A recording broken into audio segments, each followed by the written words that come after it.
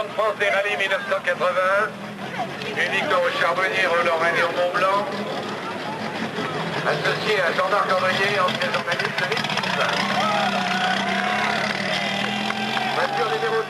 On n'a aucun papier là? Championne de France des rallyes. Voiture qui court en groupe 4. Il y a 4 groupes, le groupe 4, le groupe 3, le groupe 2, le groupe 1. Les concurrents, voilà. Équipage Henri Toivonen, Fred Gallagher.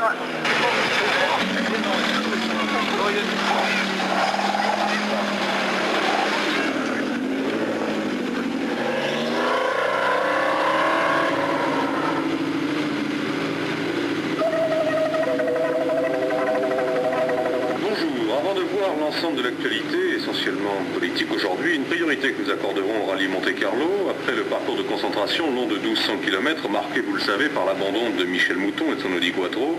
Le parcours de classement, qui comporte 6 épreuves chronométrées, a vu une insolente domination de l'autre Audi, celle de Hannou Nicolas. Alors qu'il est, les concurrents approchent du terme de ce premier parcours, ils approchent en fait de la principauté de Monaco. Président Boéry, on vient d'interroger quelques concurrents sur la ligne de départ. Apparemment, la QV 80 du rallye leur plaît pas mal. C'est un rallye sensiblement modifié par rapport aux éditions précédentes et ça sera une bonne QV certainement. Oui, c'est un rallye qui a été un peu revu dans un sens d'efficacité et en fonction des possibilités de passage dans les différents départements. Bon, en fait, ce n'est pas un rallye tout à fait nouveau puisque vous savez que nous avons repris certains secteurs comme la Chartreuse et je crois que la Chartreuse plaisait à beaucoup de gens. Ce que je peux dire, c'est que sur le plan du plateau de la participation, c'est une participation exceptionnelle. Maintenant, bien évidemment, il y reste 7 jours encore à courir, beaucoup de choses peuvent se passer et le rallye reste totalement ouvert. Personnellement, je ne désespère pas que dans les prochains jours, même dans nos régions, des chutes de neige puissent peut-être remettre un peu en question tous les pronostics et tous les commentaires que vos collègues de la presse ont pu faire. Enfin, je vous répète, tout est ouvert et nous attendons paisiblement que la semaine se passe et nous aurons certainement un très beau vainqueur vendredi matin. Alors est-ce qu'il est important, est-ce qu'il est essentiel dans la carrière d'un pilote de rallye, quels que soient les titres dont il peut hériter, de le gagner ce Monte-Carlo? Parce que finalement, je dirais qu'à la limite, c'est un rallye comme les autres. Pas du tout, c'est pas un rallye comme les autres.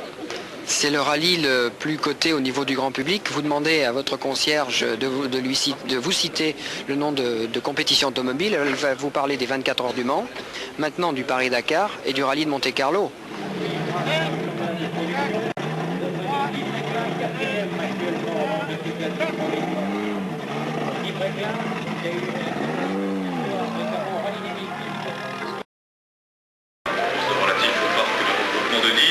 De ce rallye, Jean Ragnotti et Jean-Marc Andrier sur la Renault 5 Turbo, suivi de très près maintenant par Guy Fréclin et Jean Todt sur la Talbot Lotus à 54.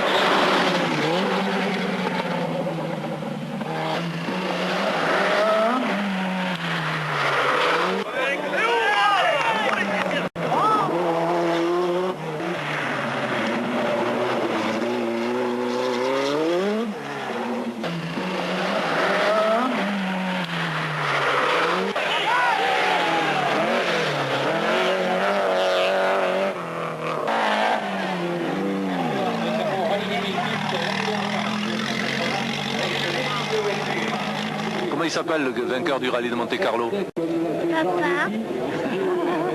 Mais Jean.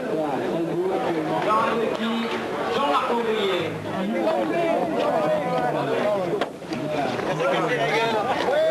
Ça c'est très beau. Je pense que tous les pilotes rêvent de gagner Monte-Carlo. Et maintenant que je l'ai gagné, je suis très content.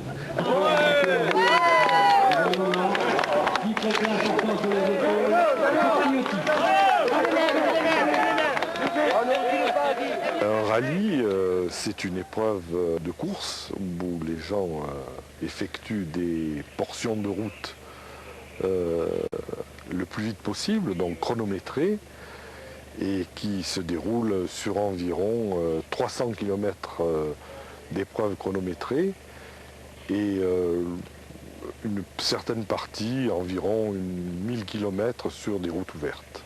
Voilà un petit peu la définition du rallye moderne, qui est plutôt un sprint sur la route plutôt qu'une épreuve d'endurance comme elle l'était par le passé. Le premier rallye de Monte-Carlo s'est déroulé en 1911 Il y en a eu deux rallyes avant la Grande Guerre, 11 et 1912. Ce rallye a été créé pour faire la publicité de Monaco, dans le fond. On faisait traverser à des voitures qui étaient déjà un objet de curiosité à cette époque. On leur faisait traverser toute l'Europe pour les amener sur Monte-Carlo, en plein hiver. C'était une très belle publicité. Et tout le monde en parlait. Toute la partie concentration, c'était la partie façade du rallye. On montrait des voitures du rallye Monte-Carlo dans toute l'Europe. Mais c'était quand même le principe de partir de plusieurs points d'Europe pour converger sur Monte-Carlo. C'est-à-dire le nom rallye Monte-Carlo. Ça lui donnait surtout une dimension européenne, beaucoup plus que les autres rallyes, puisque les autres rallyes se bornaient à courir sur leur territoire. Et comme Monaco est un territoire extrêmement petit par rapport aux autres, il est certain qu'on est allé chercher ailleurs ce que les automobiles clubs nationaux ont chez eux.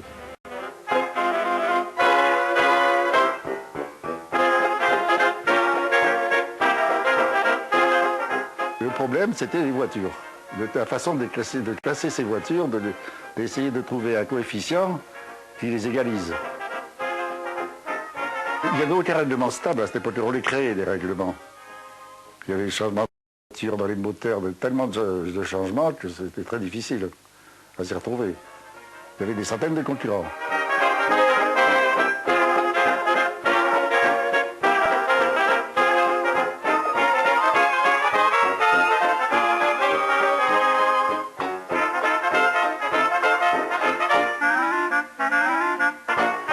Et on cherchait quelque chose de façon à faire l'égalité de chance entre une voiture faible, une voiture forte, une voiture de sport, une conduite intérieure.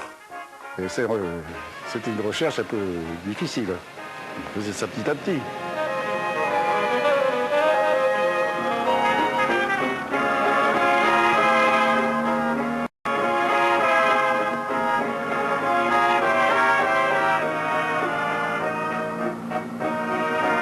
On peut dire que bon, la concentration a été raccourcie par étapes.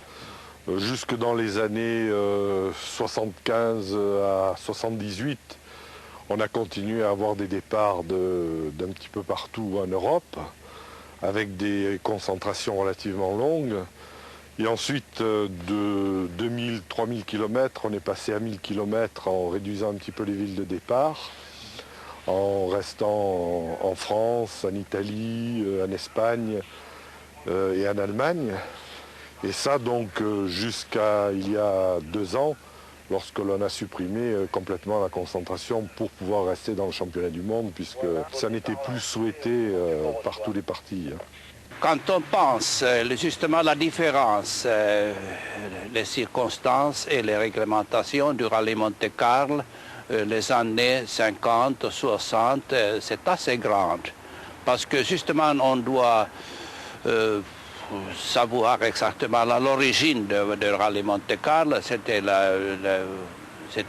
déjà quelque chose roulé en voiture de Moscou, de Varsovie, de Tallinn, de Oslo, Stockholm, etc. Dans les circonstances hivernales jusqu'à Monaco. C'était une réussite. On n'avait rien d'autre que rouler en voiture, n'est-ce pas, jusqu'à l'arrivée.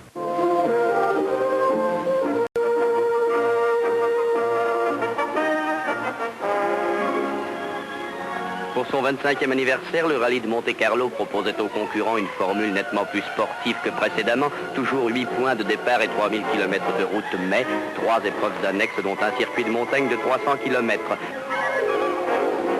Nous avions choisi comme point de départ Oslo, l'hôtel de ville et son horloge,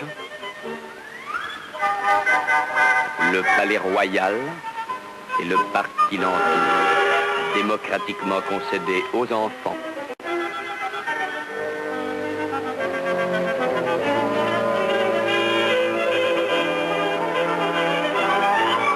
Nous sommes prêts. C'est le 186 Olsen Ride sur Peugeot 203 qui partiront les premiers.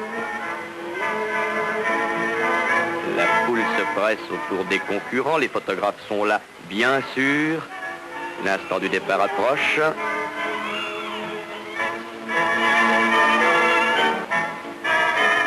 Ils sont partis. Chaque minute, les autres concurrents vont suivre. Il est 6h30 devant le Royal Automobile Club et pour 15 concurrents, l'aventure commence.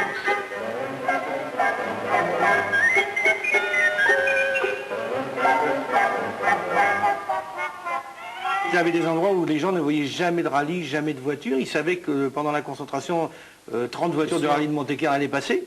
Et le fait que ces gens voient passer les autos, ben, du coup, bon, à cette époque-là, c'était moins suivi par les télés, il y avait que les radios et tout, mais du coup, ils écoutaient la radio pour dire, ah, bon, on a vu les autos du Monte-Carlo passer, on va voir, on a noté tel numéro, parce que les gens étaient contents de voir une voiture anglaise, une voiture allemande, une voiture suédoise. Bon, et puis, c'était un... Je trouve que la concentration, c'était pas négligeable pour la publicité du rallye.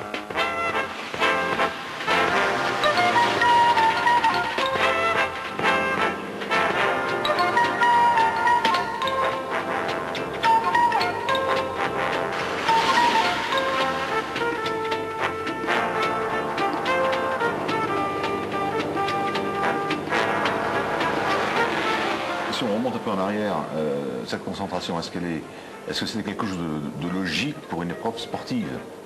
Parce que, moi, je crois que c'était une tradition. C'est une tradition, puis ça faisait connaître de par l'Europe le rassemblement de voitures qui partaient de différents points. Et on parlait de Monte-Carlo, on parlait du rallye de Monte-Carlo. Monte-Carlo, ce rallye. Non, mais c'était sympa, tu avais les gens de différents pays qui voyaient certaines voitures qui participaient au Monte-Carlo, puisqu'il y avait des points différents. Donc les voitures qui partaient d'Allemagne, qui partaient d'Angleterre, tout ça, bon, ben, elles roulaient, et puis les gens les voyaient. Et puis, absolument. Rassemblement européen, alors là Rallye, c'est un rassemblement, les gens vont pour un rassemblement, ça peut être un rassemblement de jeunes filles pour danser, un rassemblement de voitures, ou de motos, ou d'avions. Nous quittons Copenhague après avoir reçu de la police l'ordre de ne pas dépasser 80 km/h. Pourtant, la vitesse est libre au Danemark. Serions-nous considérés comme dangereux? De toute façon, nous ne le serons pas aujourd'hui. La route est entièrement glacée, c'est très glissant. Le prochain contrôle est loin, nous ne sommes pas en retard, donc soyons prudents. Et nous arrivons au transbordement de Corsair. Près de 2 heures de traversée sur un gros bateau confortable, l'occasion d'un moment de détente et d'un repas chaud.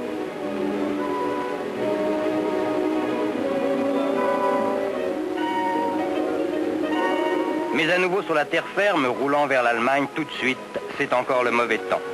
Tout est blanc, uniforme, et sans les arbres, on ne saurait distinguer la route. Voici sûrement l'explication des piquets qui jalonnent les routes du Nord et qui nous avaient tant intrigués.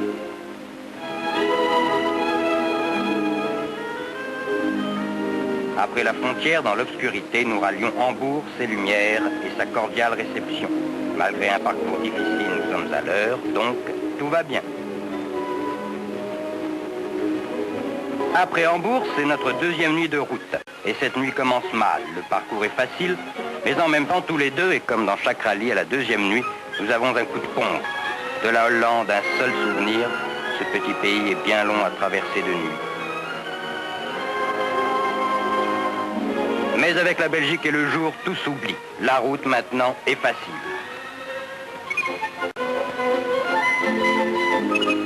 Nous avons organisé aussi un petit groupe de travail au sein de la Commission sportive internationale pour écrire, n'est-ce pas, pour régler les réglementations. Réglementation, conformité, n'est-ce pas, pour tous les rallyes internationaux.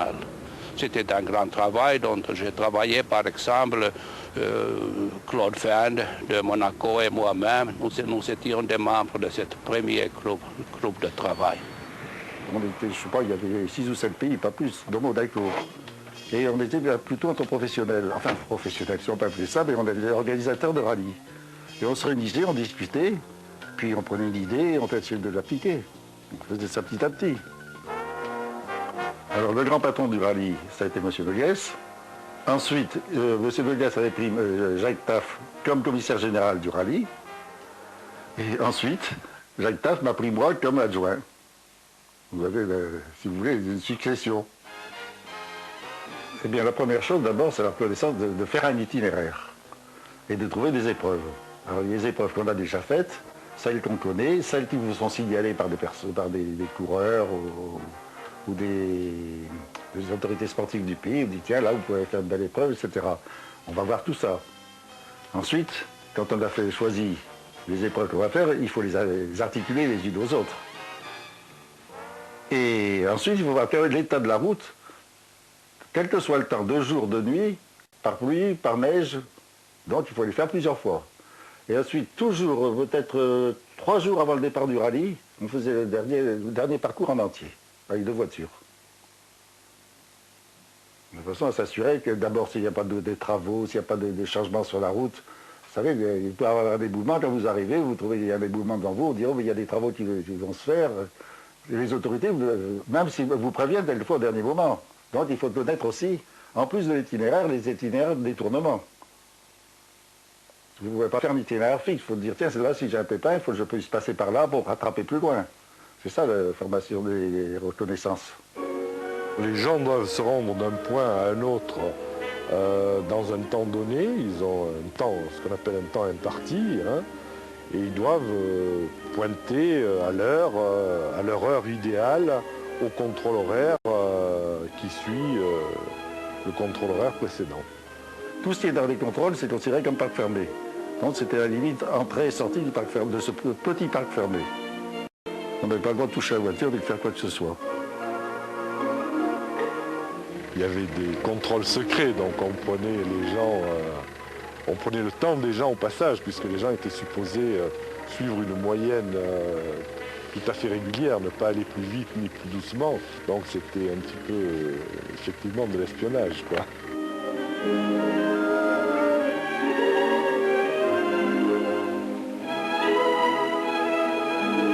Il y avait donc un itinéraire de concentration, il y avait un tronc commun, c'est-à-dire de Gap à Monaco avec des épreuves, et ensuite a été créé la nuit de Monaco, le parcours de classement.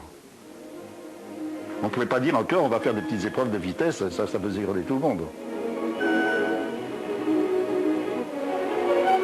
Et c'est la descente du col d'Aillard sur Gap, toujours rapide et dangereuse. Nous n'avons pas de temps à perdre, aussi nous forçons l'allure. La route est glacée. Quand il y a un peu de neige dessus, on tient, sinon on glisse.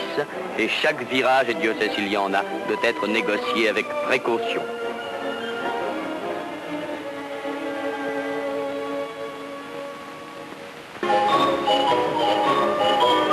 Parnell sur Aston Martin descend lui aussi avec une certaine prudence sur Gap, où va nous être donné le départ de l'étape spéciale Gap-Monte-Carlo.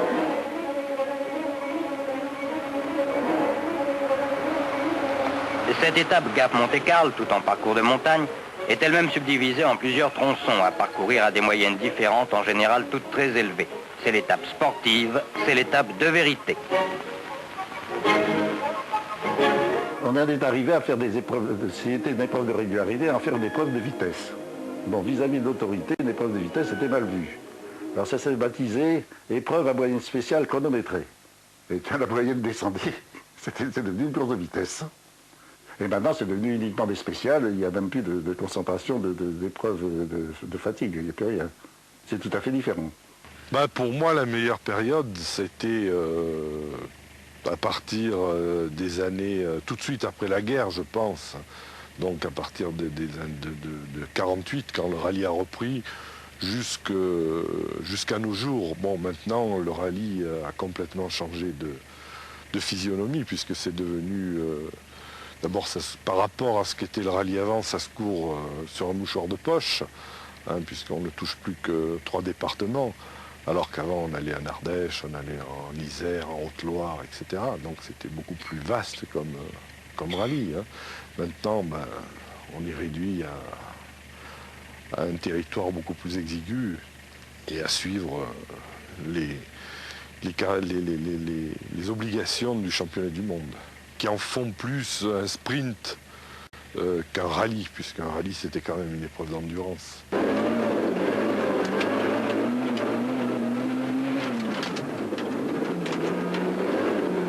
Le rallye de Monte-Carlo, je crois, est très primé par les pilotes parce que c'est un rallye c'est un sprint d'endurance qui est très souvent disputé dans des conditions difficiles sur des routes où il y a d'un côté le rocher, de l'autre côté le ravin.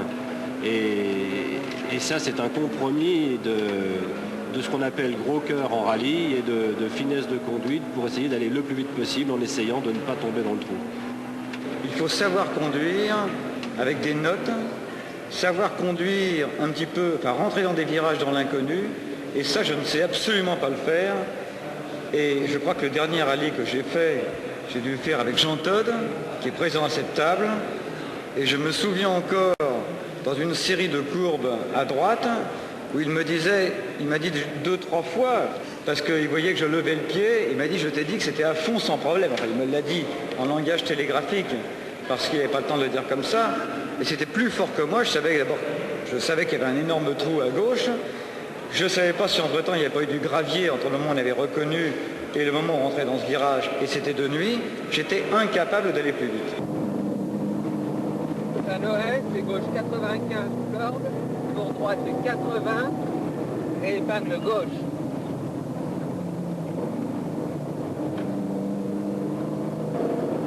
Le rôle consiste à lire au pilote dans les épreuves chronométrées, virage par virage, les notes qui ont été prises auparavant, comme on a pu le voir tout à l'heure, et ensuite corrigées. On passe environ 3 fois dans chaque épreuve, de manière la première fois à prendre les notes, la deuxième fois à les corriger, et la troisième fois à aller assez vite pour voir si les notes correspondent bien à la réalité de la route. Gauche à fond, pour droite sur gauche. Pour droite sur gauche 100. Pour gauche sur droite 90. Sur gauche à fond 100 mètres. 100 mètres gauche pour droite 80. Gauche pour droite 80. La voici, l'ogre à 4 roues motrices, Michel Mouton qui vient à notre rencontre, Adou Nicolas aussi et Michel Chinotto. Michel désormais vainqueur en puissance du Monte Carlo. Oh, bonjour. Non, c'est pas un temps à rester sur les routes, ça. Jean-Michel, il y a un petit peu de brouillard. Eh bien oui, c'était difficile de venir jusqu'à vous là parce qu'on n'y voit vraiment pas beaucoup. Non, c'est quand même terrible d'être à pratiquement 8 jours du Monte Carlo et puis de ne plus voir de neige sur les routes et puis d'être dans le brouillard comme ça depuis 2 jours ici sur Grenoble. Et c'est d'autant plus dommage que nous avons reconnu le parcours avant Noël et il y avait une neige tellement abondante que certaines spéciales n'étaient pas praticables. Mais enfin, je crois que de toute façon, Monte Carlo, c'est ça. Une année sur l'autre, il y a de la neige, il n'y a pas de la neige. La neige peut encore arriver. On peut avoir beaucoup de neige pour le rallye. Ça nous avantagerait un petit peu. Parce que, évidemment, cette quattro dont tout le monde parle comme la bête noire du rallye Monte Carlo sur neige, c'est sûr qu'elle est avantagée sur un tel terrain. Mais de toute façon, Monte Carlo, c'est jamais entièrement neige, c'est jamais entièrement sec. Et je crois que ça reste quand même une course très ouverte, dans le sens où chacun peut faire des erreurs de choix de pneumatique, chacun peut se tromper, chacun peut faire une erreur de pilotage.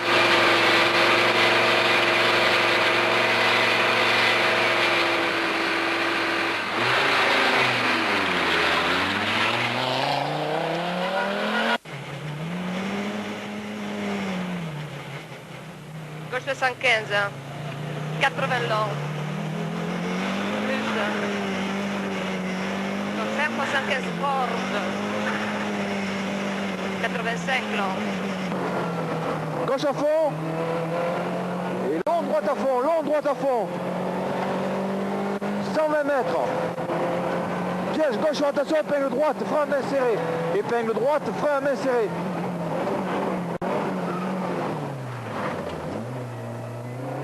Droite à fond, 100 mètres. Gauche à fond, arbre. Sur 120 mètres. Piège. Droite sur attention, épingle gauche poteau. Épingle gauche poteau.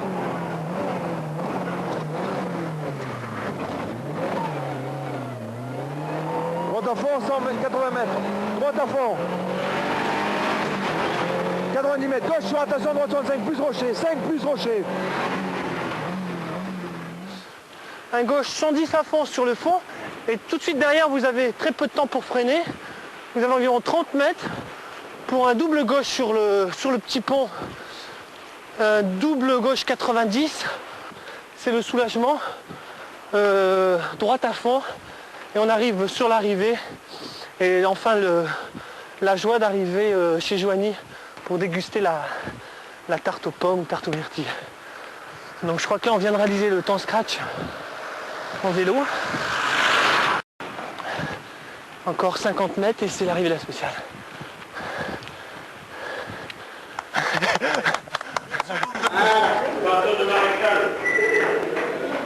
C'est le talonnier de maréchal, tu vas voir. Et voilà les enfants.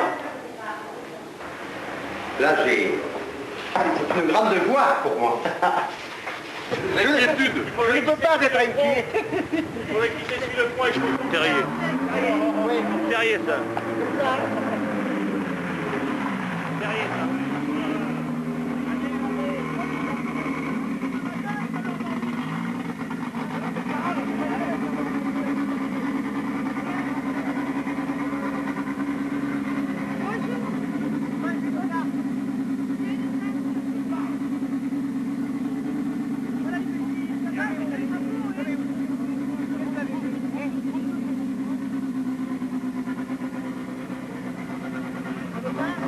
Allez, je rejoins, baba.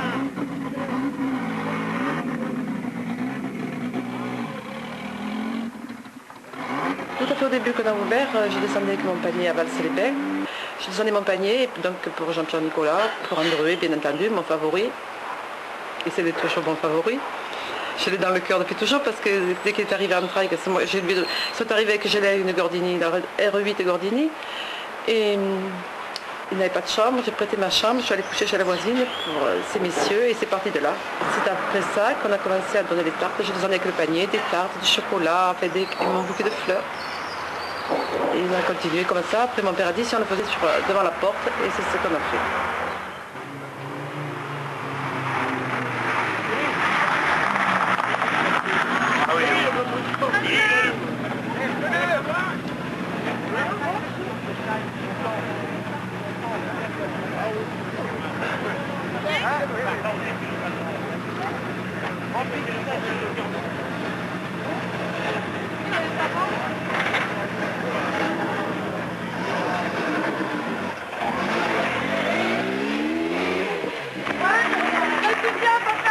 Le bonjour, le Claude Brasseur, il a il nous a donné le bonjour, hein. Il a dit bonne chance. Hein?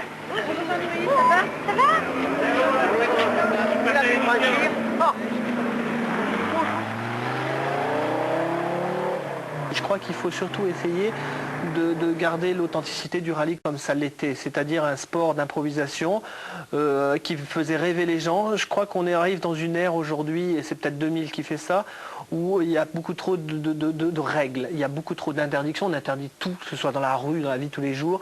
Et je dirais que le côté sympa du rallye, c'était ce côté un peu laxiste. Alors on a dit il y a des nuisances, il y a des problèmes de reconnaissance, il faut limiter, il faut... Et on s'aperçoit que je ne sais pas si le problème est existant. Je crois qu'il faut faire des rallyes à la carte. Il y a des régions, des endroits où on demande des mulets, où on demande... Aujourd'hui, on a tout tué.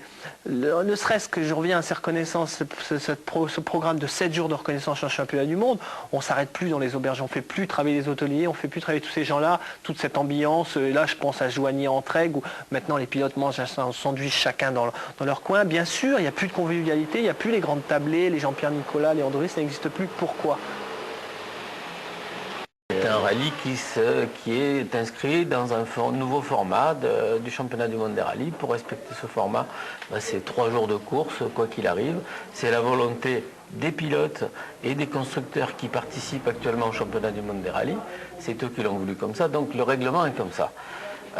Pour être inscrit au championnat du monde des rallyes, le rallye de Monte-Carlo doit se plier à ces règles. C'est un rallye qui doit se dérouler en 3 jours, sous forme de pétales, et c'est vrai que sous cette forme-là, c'est difficile de venir en Ardèche, c'est difficile d'aller dans le Dauphiné.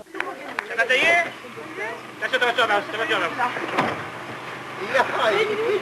Alors Claude, ça va? Ouais, ça fait 3 fois, par contre. Il ne va pas rester longtemps.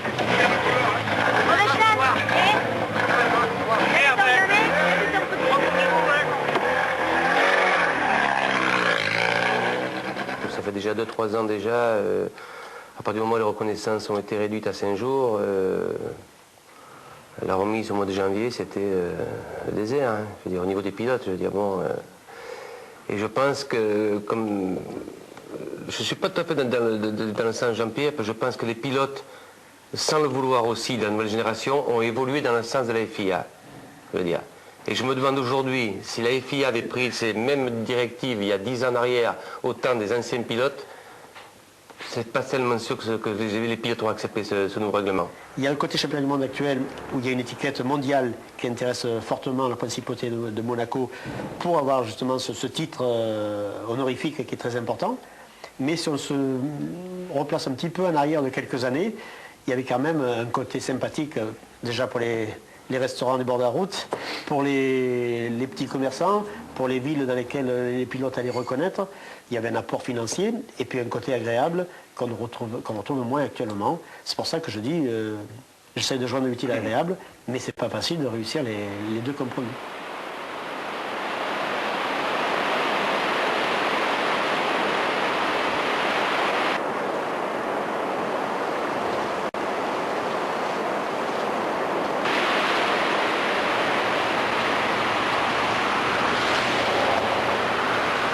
C'est une période où il y a très peu de choses sur Burzet, sur la région, et c'est des retombées économiques très importantes. Sur Valence. Quand nous avions le rallye de Monte-Carlo qui faisait étape à Aubenas, c'était 3000 nuitées sur Aubenas. Nous regrettons infiniment que cette époque soit révolue. Nous aurions souhaité que ça dure un peu plus longtemps sur Aubenas. Mais le rallye sur Burzet est quelque chose encore de très important. Du jour au lendemain, le rallye fait exploser le village. C'est-à-dire qu'il y a eu une époque où on avait 15 000 personnes qui envahissaient le circuit du rallye. Ces temps-ci, nous en avons un tout petit peu moins. Du fait qu'il y a 6 spéciales sur l'Ardèche, donc les spectateurs se répartissent sur les 6 spéciales. Mais il n'en reste pas moins qu'il y a un impact énorme sur la vie du village et que demain, le village vit une fête. Tout le monde est mobilisé, tout le monde. Que ce soit les enfants, les parents, tout le monde. L'école, elle est fermée l'après-midi pour le rallye. On a tout ici. Les commerçants, ils travaillent un mois avant le rallye, il y a tout pour Burzet. C'est un avantage pour le pays. Si on nous enlève Burzet, on n'a plus rien. Ici, à Burzet, un enfant, il faisait l'hélico avant de faire du vélo, grâce à monsieur le maire.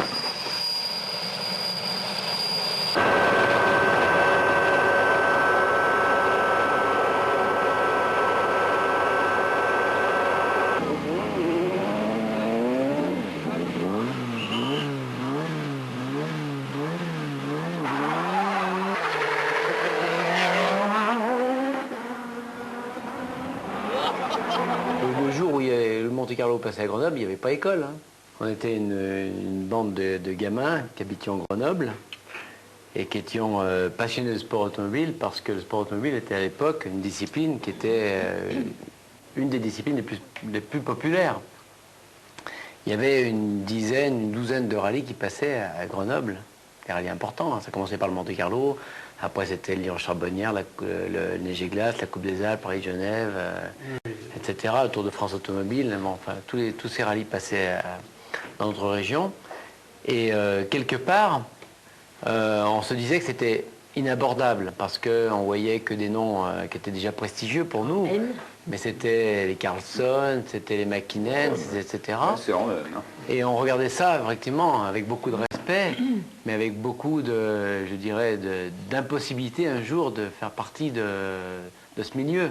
Et on voyait arriver donc des nouveaux pilotes qui étaient la génération de cette équipe Renault, Alpine après, qui était Jean-Luc, Jean-Pierre Nicolas, Darniche, Andruez, etc. Mais d'un seul coup, c'est vrai que ça a complètement bouleversé cette emprise des pilotes scandinaves sur les rallyes. Et nous, ça nous a rassurés, on s'est dit, effectivement, donc c'est possible.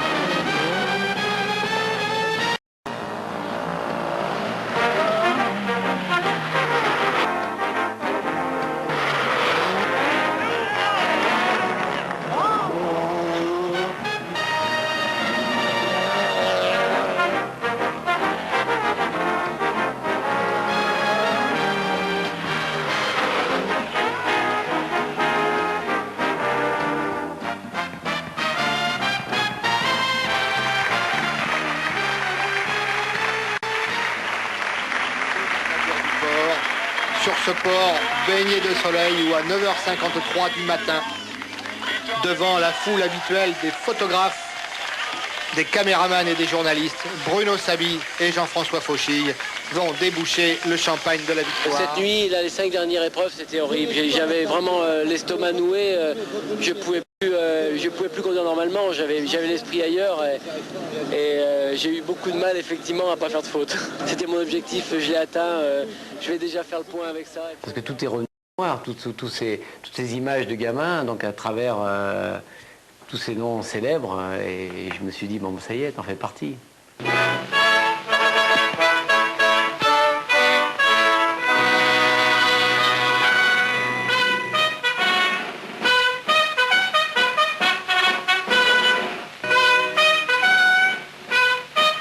Quelques kilomètres et c'est la moyenne corniche par laquelle nous accédons après un ultime contrôle à Monte-Carlo.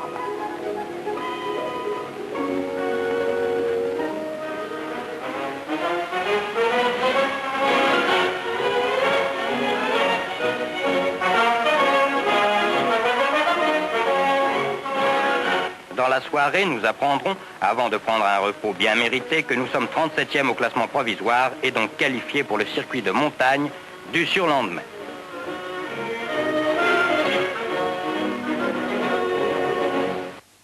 Reste l'épreuve de vitesse qui va se disputer par groupe de 10 voitures.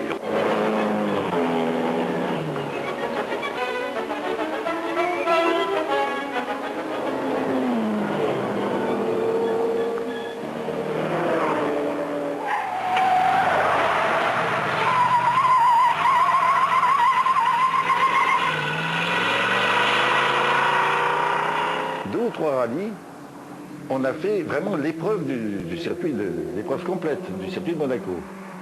Tout le circuit, hein, pas simplement un petit truc en bas.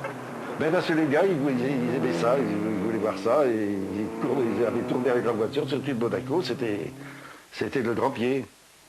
Ah, j'étais enchanté, hein. Ça, je vous jure, on n'a pas un seul carrosse pété. J'étais heureux comme des poules. Il y avait entre autres la Ford Falcon et puis Roser, l'Autrichien avec sa petite Mini. Alors l'autre avec son américaine, il partait dans les lignes droites, bon, il fonçait comme un voleur. Il l'a laissé sur place, mais à bout de 3 virages, l'autre était derrière lui. Roser, il l'a talonné tout le temps. Oh, c'était beau, tout le monde hurlait.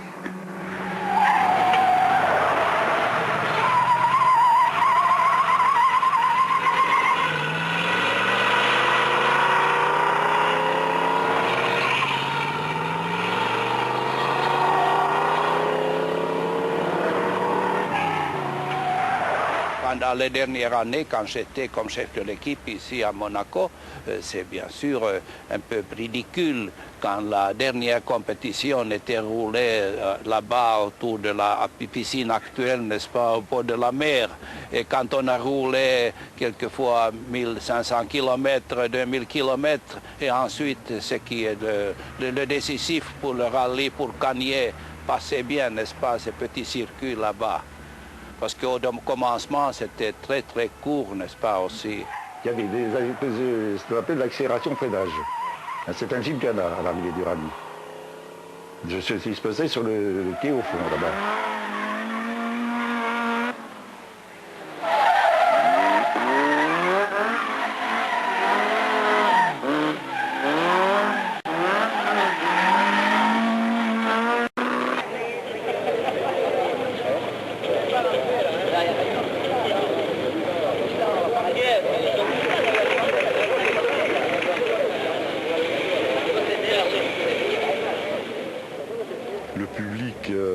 Était peut-être un peu moins nombreux il y a quelques 30 ans de ça, et puis il est devenu de plus en plus nombreux, et puis maintenant il est carrément incontrôlable. Ça, c'est vraiment un gros problème.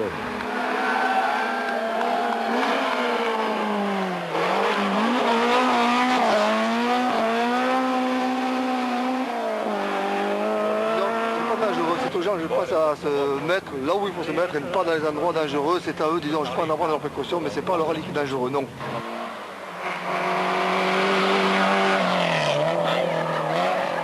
Sinon, leur boulot, c'est d'accord, c'est d'attaquer, ils sont payés pour ça, mais l'attaque en rallye, ça signifie automatiquement...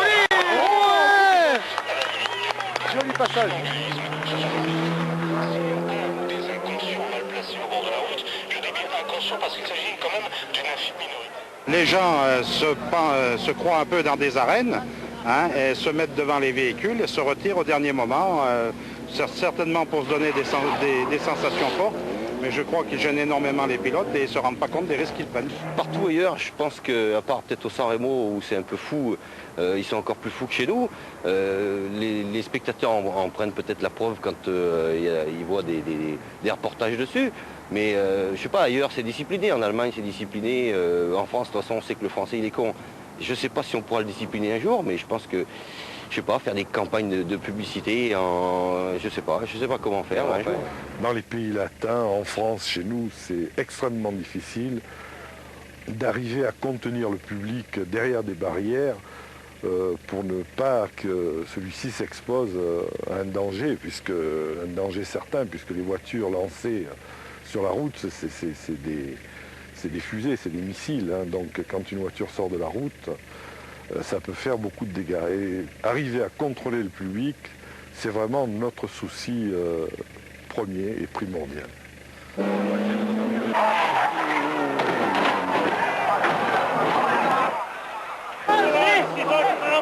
C'est vrai qu'on voit des fois des images assez impressionnantes, mais dans l'ensemble, il y a vraiment très peu d'endroits vraiment dangereux à cause des spectateurs. Quand on voit les gens sortir d'une épingle qui s'écartent devant nous, on est en train de remonter les rapports, je pense qu'on n'a aucun problème pour contrôler la voiture. Et bon, je dirais qu'il n'y a aucun risque. Les dangers sont encore les freinages où il y a beaucoup de monde. Je crois que tout simplement, s'ils sont passionnés de rallye, respecter les consignes de sécurité, il en va de l'avenir du rallye.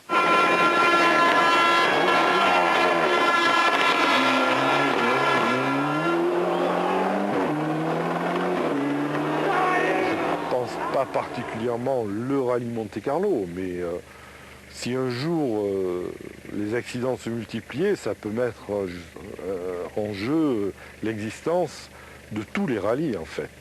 Enfin, en fait des épreuves sur route ouverte, puisque le public ne paye pas et peut se mettre un petit peu où il veut.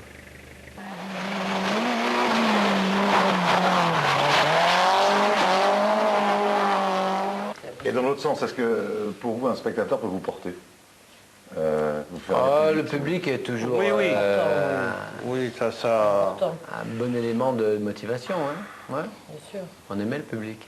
On aime le public. Moi, je suis tout à fait d'accord. Voir les gens qui, quand on arrive dans un freinage, qui sont là, heureux et tout, parce que ça va faire... plaisir aussi, quelque part. Oui, on peut parfois en rajouter un petit peu, ne serait-ce que pour faire plaisir. On a toujours accepté de passer au Turini, même si on recevait des boules de neige. Si attention aux spectateurs, il n'y aurait pas de... le rallye ne serait pas ce qu'il est aujourd'hui, finalement. Oui, parce que je pense que le spectateur, il y est toujours sur le Monte-Carlo. Même si le Monte-Carlo a été réduit, il y est toujours. D'ailleurs, ça c'est un... Ça c'est moins, mais il y est toujours. Mais justement, ça c'est une chose... La discipline est toujours aussi populaire, malheureusement. C'est une chose qui n'est pas bonne de réduire le Monte-Carlo, parce que ça amène trop de gens sur une surface plus petite. S'il y avait plus d'épreuves comme il y avait avant, tu as moins de gens qui seraient au même endroit, puisqu'il y aurait plus d'épreuves pour aller à différents endroits. Entièrement d'accord. Je me rappelle avoir fait des kilomètres entiers, d'avoir tapé sur la voiture. C'est fantastique. Quand tu es dans la voiture, tu étouffes, quoi. Quelque part, tu étouffes un peu. Mais bon, c'est la rançon de la gloire, donc on ne peut pas critiquer.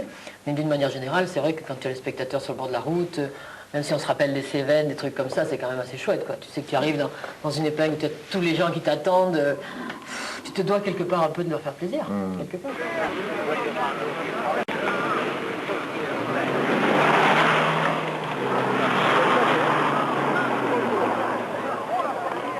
Le Turini, il y a quelque chose autour.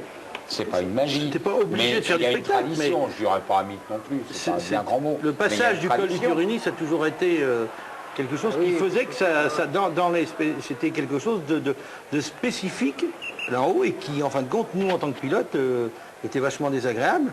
Ça avait l'agrément du spectateur, mais il y avait le désagrément des lumières, des flashs, de tout. Non, mais moi, je sais que je me concentrais pour pour ne viser que le bas de la voiture, enfin vraiment regarder vers le bas vraiment au maximum. Oui. Juste, tu sais, lever le nez juste pour voir le gauche qu'il faut prendre pour descendre et attaquer comme ça.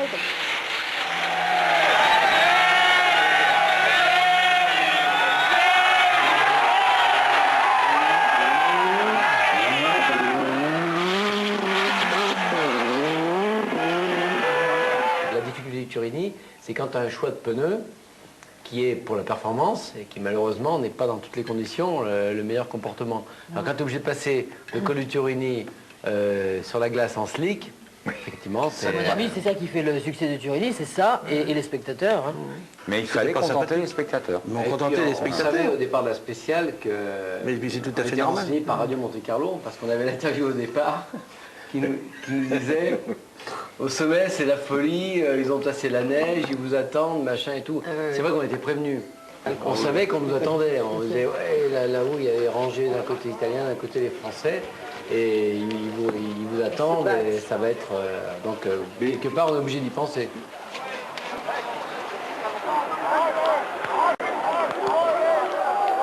Même si le plateau n'est pas ce qu'il était les autres années, c'est avant tout le plaisir d'être ensemble, d'être avec les gens du rallye et puis de se rendre sur une spéciale qui est mythique avant tout. C'est le folklore, c'est le spectacle avant tout. Donc c'est la raison pour laquelle on est là aujourd'hui. C'est toute une... c'est toute une mythologie. Hein. C'est-à-dire que bon, ben, c'est un mythe. Hein. C'est un mythe. Hein. Il y a la neige, il y a toutes les conditions. Le Monte Carlo sans Turini, ce n'est pas un Monte Carlo. Comme le Monte Carlo sans Burzet ou quoi que ce soit. Parce que le Turini, c'est une chose que je pense qu'en Italie, on dit un mytho. Voilà. Je ne sais pas en français comment on peut dire. Ça a eu tellement de succès que ça l'a tué. Parce qu'il y a eu des foules considérables et on n'a pas pu les maîtriser après. C'était très difficile. C'est vrai qu'il y a eu des gens qui arrivaient déjà le matin à 7h et ils garaient déjà leur voiture pour voir la course 12 heures après.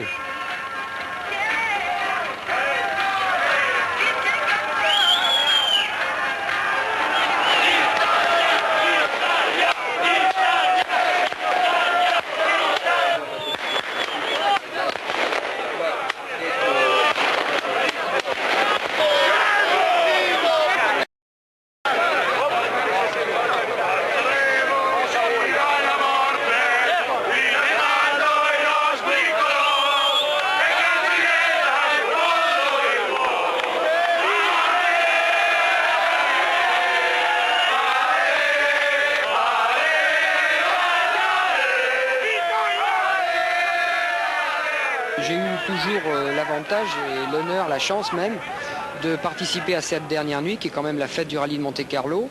Et j'ai essayé de faire le maximum, de créer un spectacle, de créer une émulation, enfin de motiver, de donner quelque chose, d'apporter aux gens, parce que c'est quand même un effort fantastique pour les spectateurs d'aller en haut du Turini, de faire 10 km à pied. C'est une forme de politesse que d'essayer de leur rendre hommage en faisant du spectacle, en donnant le maximum de nous-mêmes. Le Turini, c'est tellement une belle épreuve, c'est comme le Moulinon en Trègue. Vous étiez chez vous? Non, je suis pas plus chez moi que les autres, vous savez, on connaît tous de la même façon à peu près, mais c'est tellement chouette à enchaîner qu'on se prend au jeu. Au bout de 3 km, je me suis repris au jeu.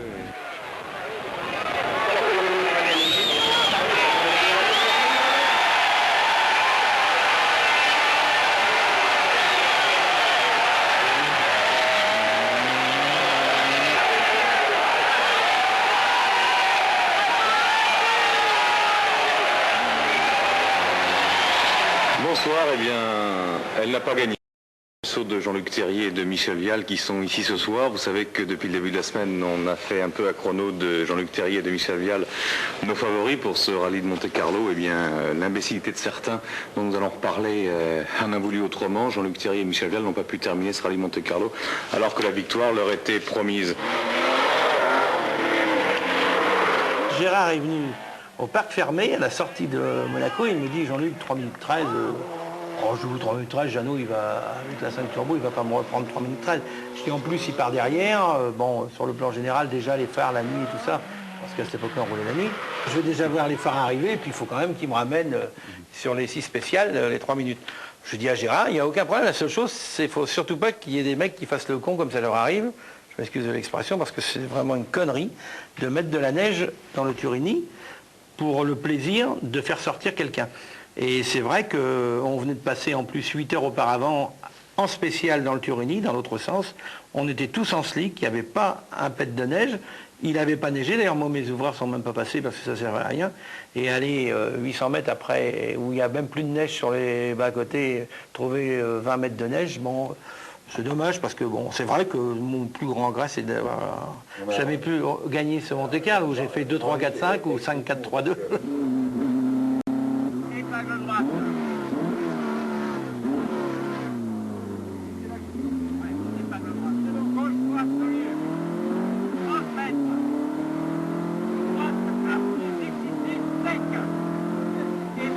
What?